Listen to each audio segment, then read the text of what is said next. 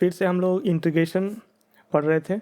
आज हम लोग फार्मूला एक डिस्कस करेंगे। हालांकि ये फार्मूला नहीं है, एक थ्योरम है। थ्योरम कुछ इस तरह से है, इंटीग्रेशन के यहाँ पर कांस्टेंट है ऑफ एफ एक्स, यहाँ पर फंक्शन है एफ एक्स डी एक्स, इस तरह ये नोटेशन है, साइन है। तो हमारा इंटीग्रेशन कुछ इस तरह से हो जाएगा। यहाँ पर जो वेयर के इज कांस्टेंट, के इज कांस्टेंट, तो हमारे पास एक ये थ्योरम है, ठीक है।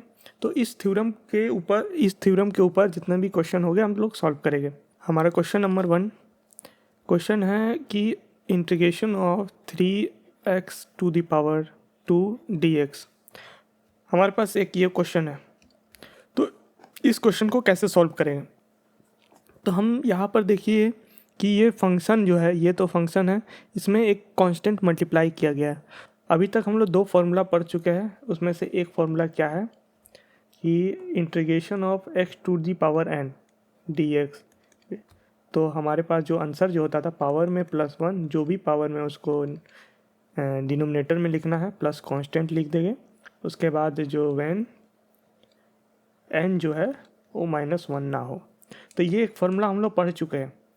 और इस बार हम लोग क्या पढ़े कि अगर कोई कांस्टेंट मल्टीप्लाई किया गया हो एक फंक्शन के साथ, तो हमारा क्या हो जाता है, कांस्टेंट बाहर हो जाता है और इंटीग्रेशन सिर्फ फंक्शन का होता है, ठीक है। इंटीग्रेशन सिर्फ फंक्शन का होता है। तो ये चीज़ हम लोग अभी कुछ देर पहले पढ़े, तो हम वही अप्लाई करेंगे। तो यहाँ पे देखिए सबसे पहले क्या अप्लाई करेंगे, हमको सबसे पहले यहाँ से अगर यहाँ पर नोटिस करें तो हाँ, ये जो फॉर्मूला अप्लाई कब होगा, यहाँ देखिए इसके आगे कोई कांस्टेंट है ही नहीं, ये सिंपल फंक्शन है। तो हम यहाँ कांस्टेंट को सबसे पहले हटाएंगे। तो इस कांस्टेंट को हटाने से पहले कैसे ये वाला अप्लाई करेंगे, ये फॉर्मूला, तो हमारा 3 जो है वो बाहर हो जाएगा और कुछ इस तरह से ये लिख सकते हैं। यहाँ पर n जो है क्या है, 2 है।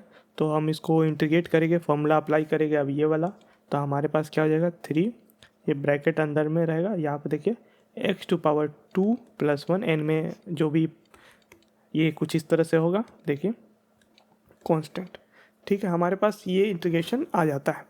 तो ये आगे और सिंप्लीफाई करेंगे तो 3x⁻³ plus constant c, constant हो जाएगा। कांस्टेंट से कोई भी वैल्यू मल्टीप्लाई होगा तो कांस्टेंट ही कुछ वैल्यू आएगा, तो अनडिफाइंड वैल्यू है। और आगे अगर इसको ले जाएगा तो देखिए और सिंप्लीफाई करेंगे तो x⁻³ + c, ये हमारा हो जाएगा आंसर। तो इस क्वेश्चन को काफ़ी सिंपली तरह से समझाने का कोशिश किया हूँ मैं। यहाँ पर x⁻3 × x⁻² है, इसको इंटीग्रेट करेंगे तो सबसे पहले हम उस जो फॉर्मूला जानते हैं उसके फॉर्मेट में लाने के लिए हमें एक थ्योरम यूज़ करना पड़ेगा। जो थ्योरम यहाँ पर कांस्टेंट के बारे में दिखाया गया है, थ्योरम यूज किए तो जिससे 3 बाहर हो गया। तो उसके बाद फंक्शन को फिर ये हमारा सेम टू सेम मैच कर रहा है उस फॉर्मूला के साथ, उसको फॉर्मूला अप्लाई किया हमने और फिर उसके बाद ये हमारा आंसर आ गया। तो x⁻³ + c कांस्टेंट, ये आंसर हमारा आ गया। तो ये थ्योरम और फॉर्मूला आपका इस वीडियो में यहाँ तक ही। अगले वीडियो में हम लोग और भी इंटीग्रेशन के फॉर्मूला और थ्योरम के बारे में डिस्कस करेंगे। धन्यवाद।